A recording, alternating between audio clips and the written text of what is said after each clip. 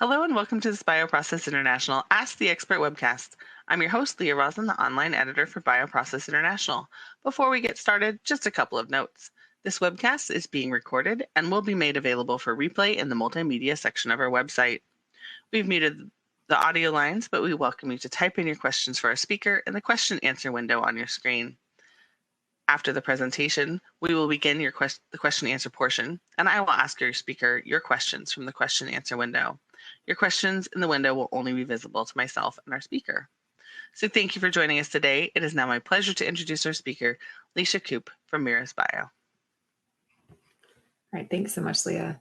And thanks to everyone who has taken time out of their day to join us to discuss key considerations for maximizing LV and AAV production in transient transfection workflows, specifically in those workflows that are performed in HEK293 cells.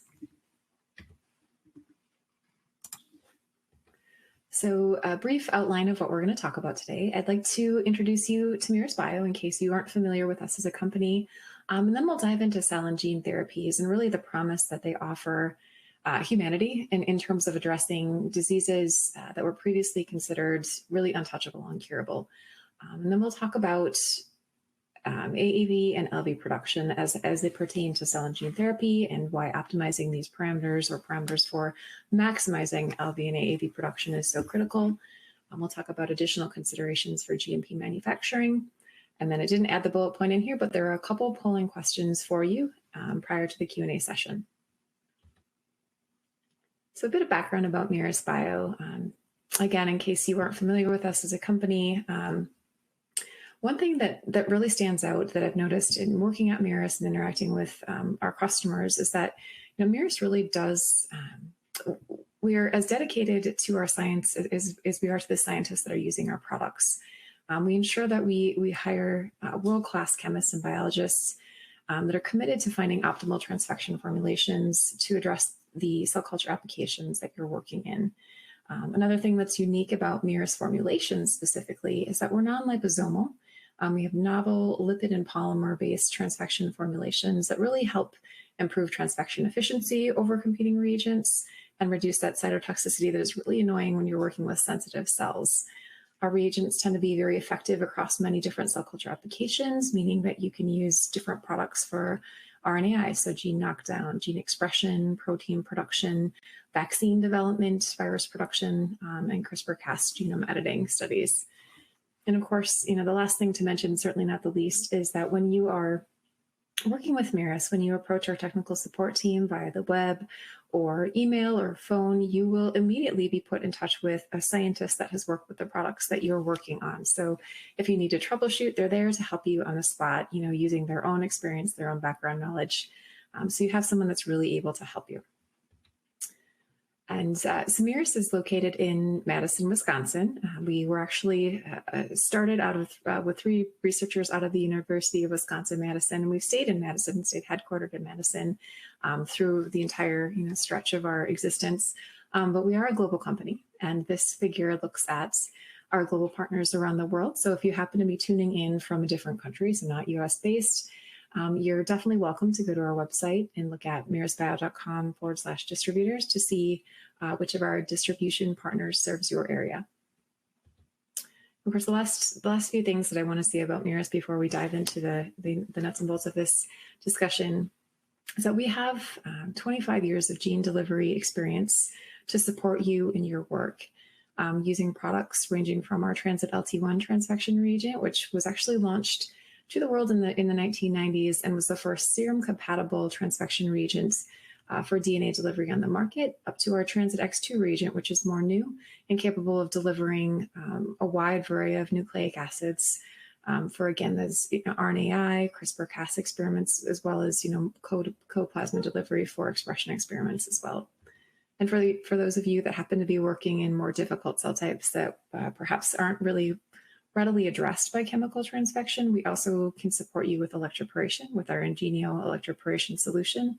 And also more recently, our EasyParator, which is an electroporation device designed to be simple to use and very effective for nucleic acid delivery to cells like T cells and B cells that, again, chemical transfection doesn't readily address.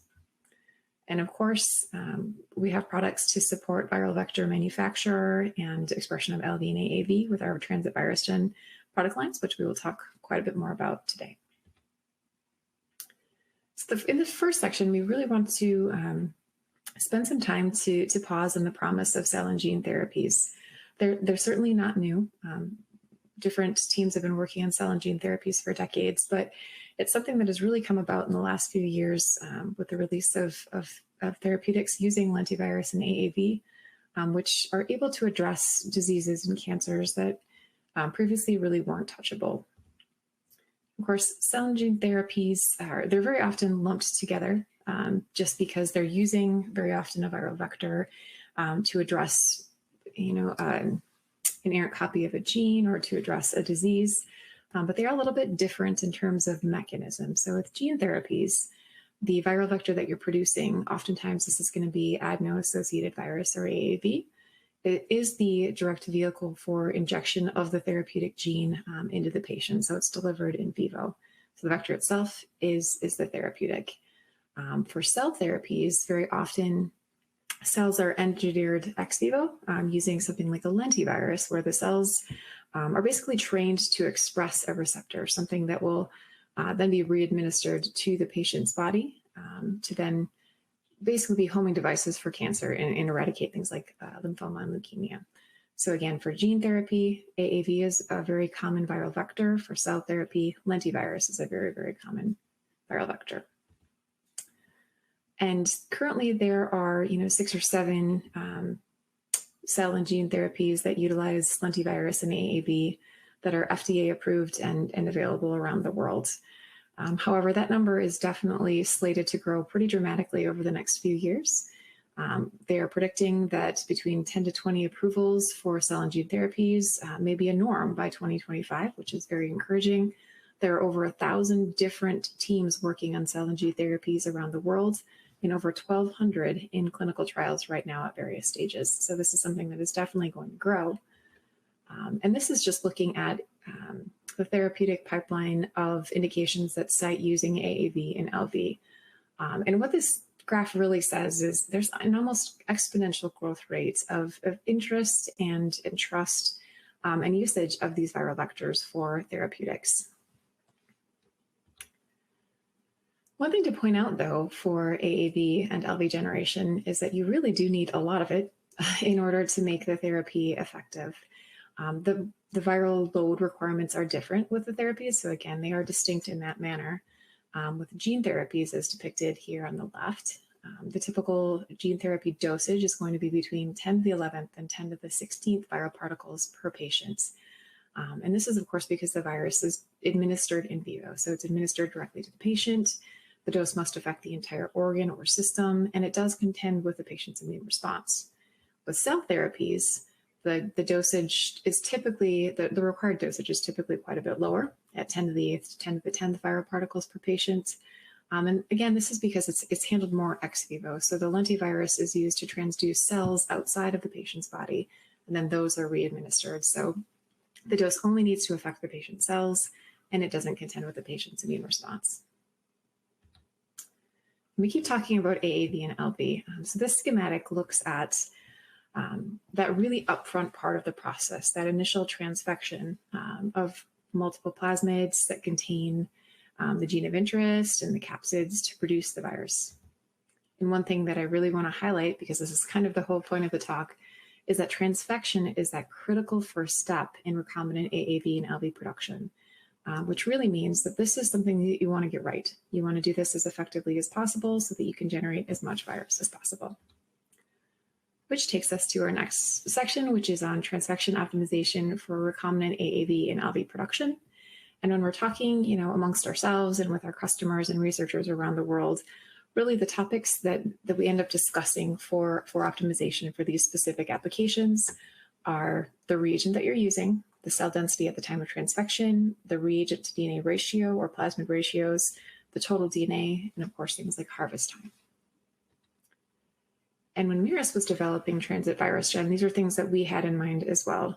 Why develop a reagent for LV and AAV? Well, of course, we know that what's out there isn't going to be sufficient for the long run when we know that so much virus has to be made. So we wanted to really introduce a reagent to the world that enabled best-in-class generation of recombinant AAV and lentivirus.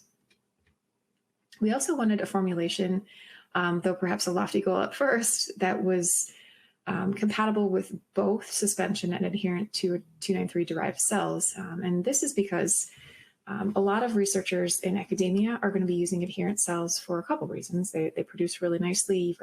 You can expect a lot of virus production from them. They're easier to scale. You can work with them in smaller formats. You don't have to have a shaker.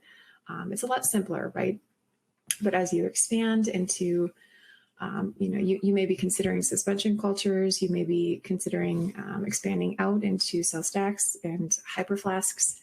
The Transient Virus Gen reagent really enables you to start from anywhere with suspension cells, with adherent cells, so that you can scale in whatever fashion that you need. And of course, in developing a reagent and offering protocols like this, we had to have something that was robust and scalable, reproducible, something that we knew that you could rely on. And so that brings us to Transient Virus Gen. And, we're very happy to report that it really did hit all of those goals. It, met and exceeded our expectations. We're very excited about this reagent because you can expect that superior performance, the cell line and platform flexibility, batch-to-batch reliability, and all of those features are critical to anybody doing LV and AAV production. But for groups that are, CMOs or in biopharma or medical research organizations, you may also require a higher transfection grade. So something that's more qualified for process development in early phase clinical trials. So we also had that in mind with our Transient Virus Gen Select transfection reagent, which I'll talk about more later in the talk. And again, one thing that's applicable to everyone, so academia and biopharma, is that VirusGen should be a worry-free composition for you. It is chemically defined and AO-free, and we don't require any commercial license for use of this product for R&D or commercial manufacturing. And in addition to the VirusGen transfection reagents, we've also developed kits specific for AAV and LV production with the enhancers that we've developed, again, paired with the reagent for those specific applications. And one thing to note is that VirusGen GMP will be available in June of this year, so next month, which is very exciting, as will the VirusGen AAV transfection kit and the VirusGen LV transfection kit, which incorporates those enhancers. And those will be available in research, select, and GMP grades. Okay, so we've talked about a reagent, but let's talk about what that means functionally in terms of optimizing transfection reagents. We know that a lot of teams will initially screen a panel of transfection reagents for new projects to look at functional virus production. And that is essentially what we've done in this figure here. So Transient VirusGen plus the AAV or LV enhancer, 25 kilodalton PEI and PEI Pro were screened for virus production in freestyle 293F cells growing in freestyle F17 media. And as you can see on the far left of both graphs, it's just the VirusGen reagent with the addition of the enhancer. We would expect about a 2-fold improvement in titers using that. And compared to the PEI-based reagents with VirusGen alone, we'd see about a 3-fold improvement in titers, but with the enhancers, that doubles. So at least 6 to 7-fold higher production of functional AAV and functional LV virus. The next parameter that I want to talk about is cell density. We've all been in the lab and we all know what it's like to just, you split your cells one day, whatever they are at the next day. Okay, well, I'm going to move forward because I don't want to wait for transfections. But there's definitely some scenarios where you might want to pause and rethink because cell density does have a very significant impact on the overall virus production levels. And in this experiment, we're looking at lentivirus production in adherent HEC293T17 cells grown in the standard DMEM plus 10% FBS. And cells were seeded at a range from 200,000 cells per mil to 700,000 cells per mil, which effectively means a confluence, so a cell density when you're looking at the plate of 30% up to 90%. And another thing to note is that we didn't increase the total DNA delivered to the cells or the reagent to DNA ratio or reagent amount as we increased the cell density. So we didn't scale accordingly. We just used the same amount of DNA for all of the transfections here. And what you can see is that when the cells are too thin, virus production levels are definitely lower than what they could be. The cells are more fragile, and they're also just much more amenable or much more likely to experience cytotoxicity, which it's certainly not a requirement for lentivirus production.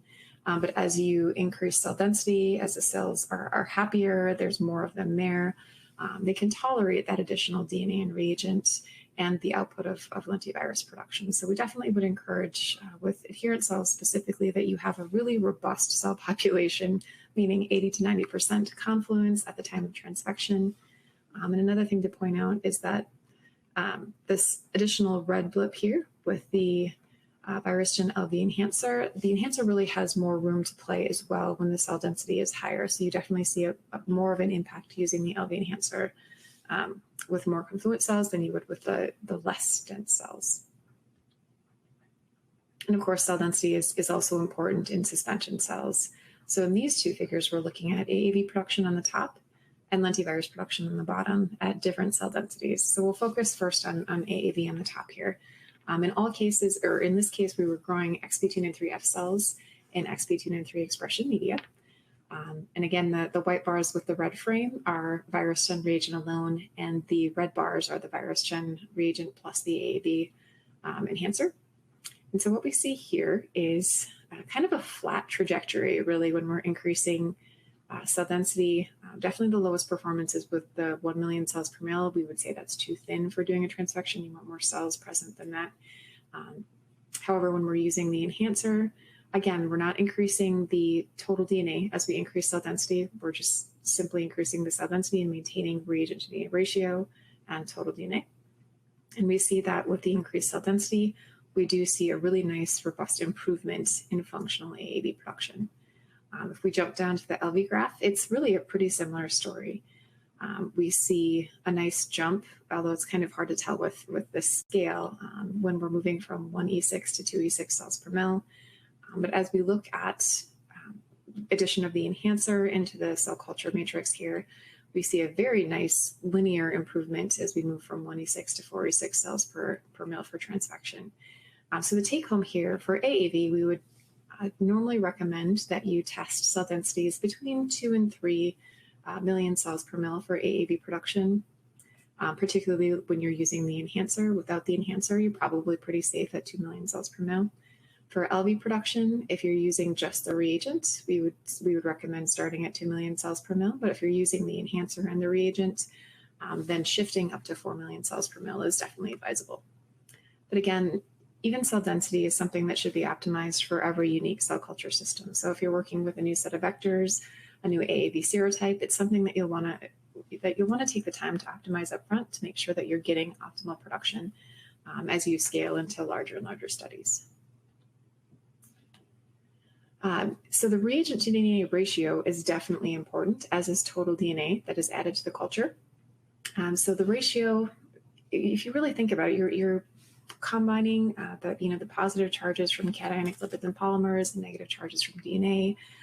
They grow over time, and you want to make sure that you have the right charge ratio there.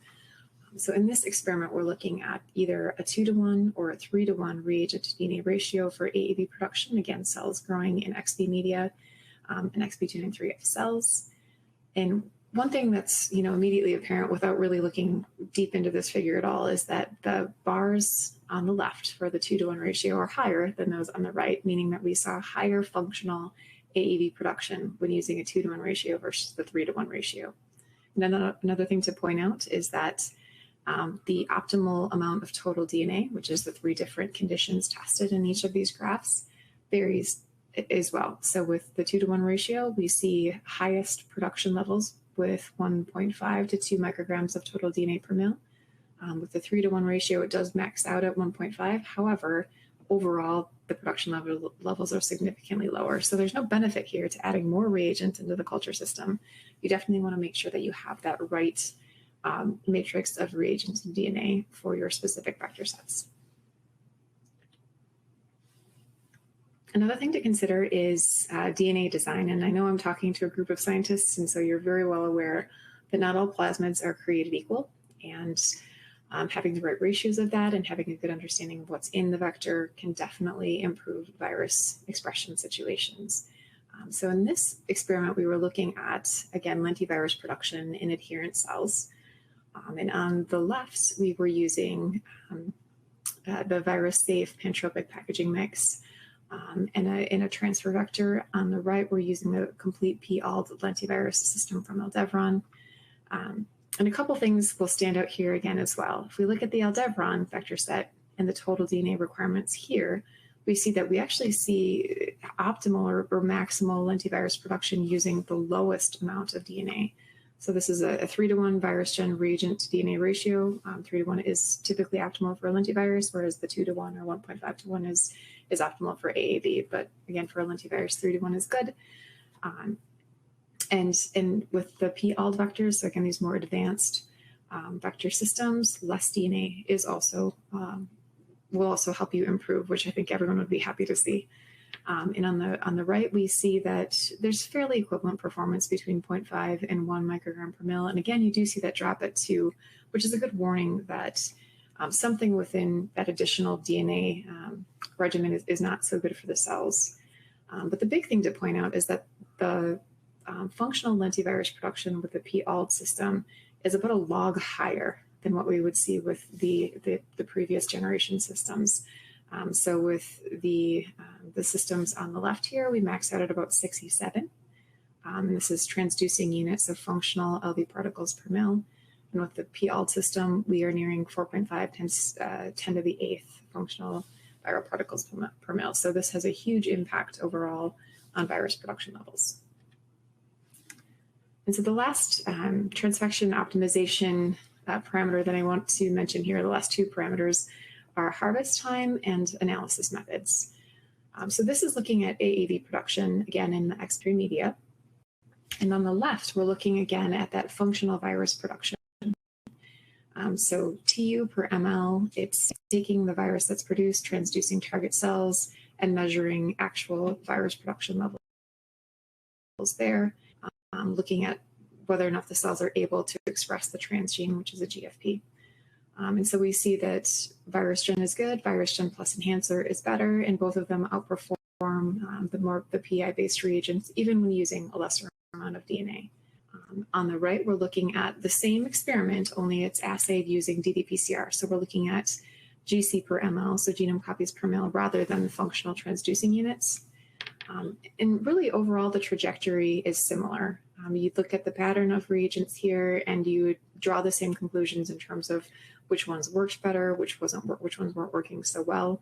But the difference isn't quite as stark. So with ddPCR, you may lose some of that granularity, just because your PCR may be picking up incomplete genomes rather than fully functional viral particles. And if we look at that a little bit closer, if we look at perhaps the GC per TU ratio, ideally this would be 1. You would have 1 genome copy per transducing unit. You'd have 100% pure virus population. Of course, we all know that doesn't happen. It's pretty unrealistic. However, the closer the number to 1, the more we can trust the virus quality here. And so with virus-gen and virus-gen with the enhancer, we see much lower numbers, which is definitely a very, very good thing. So in this last section, I do want to address just additional considerations for GMP manufacture and how virus-gen can help support you from R&D all the way through biomanufacturing. So we've developed virus-gen in research grade, which comes in research sizes, so up to 1.5 mils. It's functionally QC'd. But then we move into Transit virus-gen Select, which we really designed for that preclinical and early phase clinical trial group. So it's something that is larger sizes, so 30 mils and 150 mils, which would support a 10-liter and a 50-liter bioreactor run, respectively. And it comes with that additional testing that I had mentioned much earlier in the presentation. So Select comes with testing for sterility, endotoxin, mycoplasma, and identity. This is all in the C of A, so something that you can refer to that, again, may help you use these products later in the pipeline. And then, of course, the virus-gen GMP product will be available in a month, which is great. The same suite of testing will apply to this reagent. And one thing to point out is that the reagent formulation is identical across all of these different grades, so RUO, Select, and GMP, meaning that you can start your work with VirusGen RUO and not have to worry about changing your protocol, your process at all as you move from Select to GMP. We often get asked about, regulatory documentation and residual reagent assays. So yes, we will have these assays available for our Select and GMP customers. So there's an identity assay, which will essentially, guarantee that you can identify the critical components within the VirusGen reagent. There's a residual reagent assay that you can call upon to make sure that there isn't any residual VirusGen left in your final virus products. And of course, we will file a drug master file at the beginning of next year as well. And to summarize what we've been talking about here, why do we care so much about these higher viral vector titers?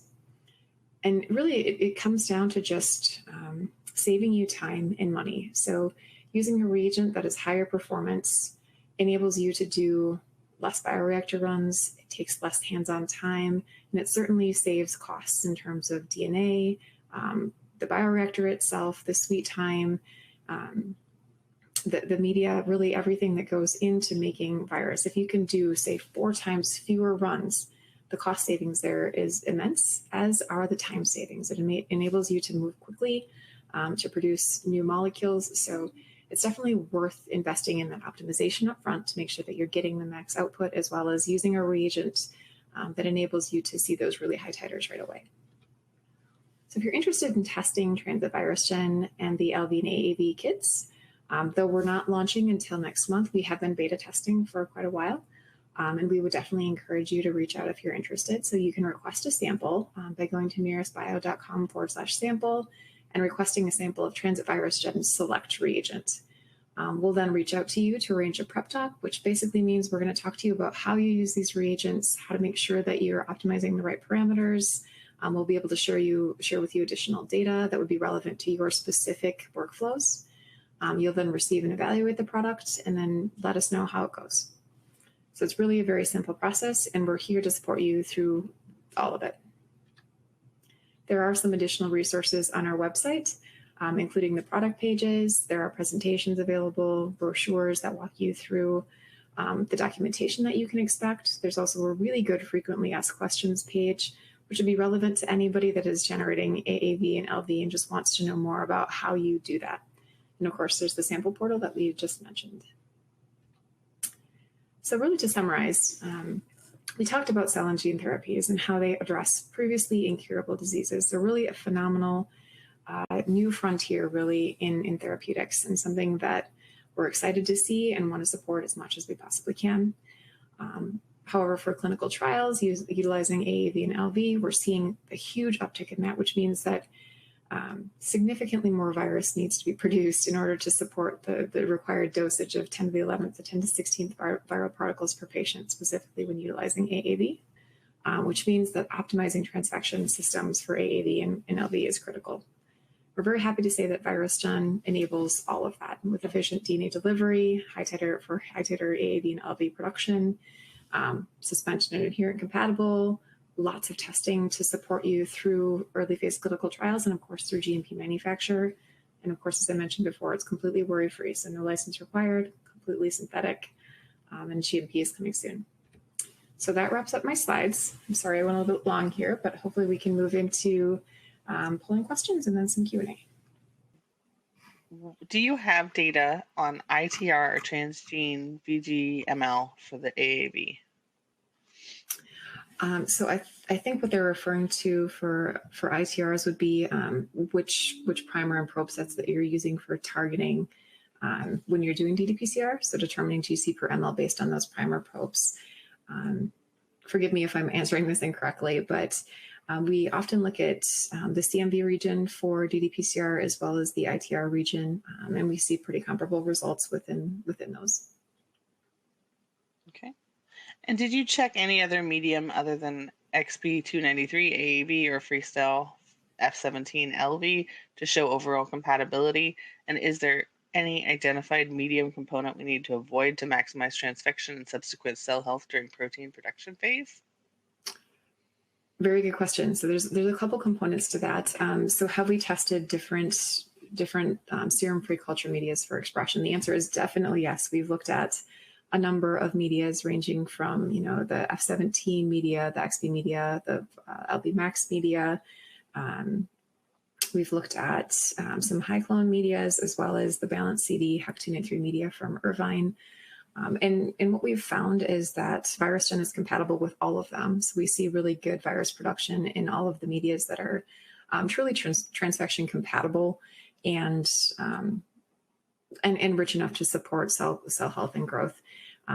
One of our favorites is the balanced CD HEC293 media from Irvine, because it is a bit more cost effective than some of those other medias, and it works really, really well. Our reagent seems to really work well in that solution. So it's something that if you want to talk offline about it, we can definitely share that data as well. The second part of that question, help me out, Leah. What was the second part? Is there any identified medium component we need to avoid to maximize transfection and subsequent cell health during protein production? Got it. Okay.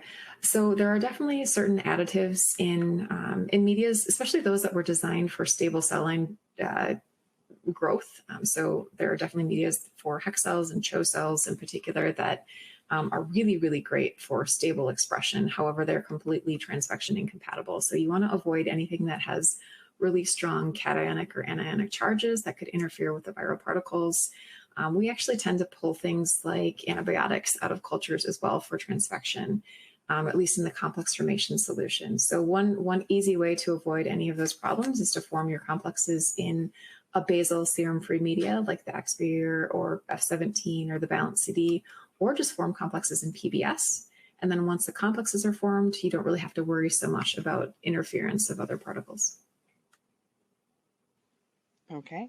I don't see the enhancer on the website under sample requests, just the reagent. Is it coming?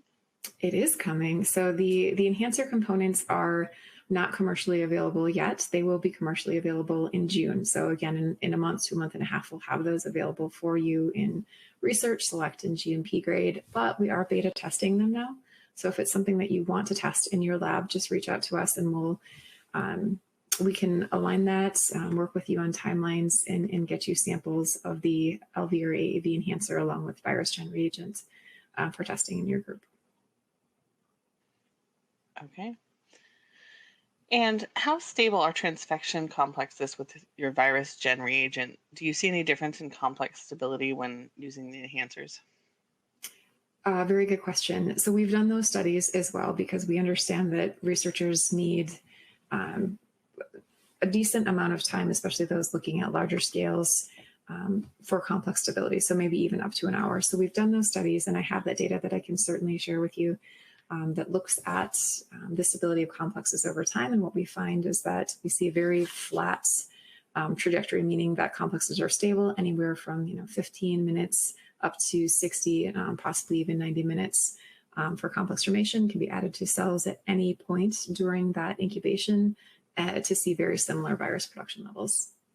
And we see the same trajectory. So again, a nice flat line with and without the enhancer. So the enhancer has no bearing on transfection complex stability. Okay. And does your transfection reagent also improve vector genome and capsid? Yes. So that goes back to that whole measurement method. So how do you titer? And so what we see is that overall, you can measure in a number of different ways. A lot of people do look at GC per ml because functional titering is a much more involved and difficult process. And so we do see very nice GC per ml production levels. We work with, many of our customers also measure that compared to other transfection reagents. And we do see good, robust measurements of virus titer that way as well. Okay, so I think we have time for just one more question. If we didn't get to your question, we'll be passing all the questions we received back to Leisha, and she can follow up with you individually. So the last question is, we make lentivirus for CAR T cell production. Is TransIT VirusGen GMP grade approved by the FDA for clinical trials, and is documentation available? So we will have Transient VirusGen available in GMP grade again in June. So I can't say that it's approved by the FDA. I don't know if any of the reagents are specifically approved by the FDA because they are considered ancillary materials, meaning that the transfection reagent should not be present in the final virus product. And so FDA approval isn't necessarily needed then, but we will file a drug master file with the FDA for the transvirus gen reagents and the full enhancer kits as well. And so that's something that you can call upon as you move toward the manufacturing and have to address more of those regulatory questions. Okay, great. Thanks, Leisha. Thanks, Leah. Thanks, everyone, for your questions. The recorded version of this webcast will be available for on-demand viewing on our website, and as a registered attendee, you'll receive a follow-up email providing you with a direct link. We look forward to having you join us at future BioProcess International Ask the Expert webcasts. Look for those announcements in your inbox. Goodbye.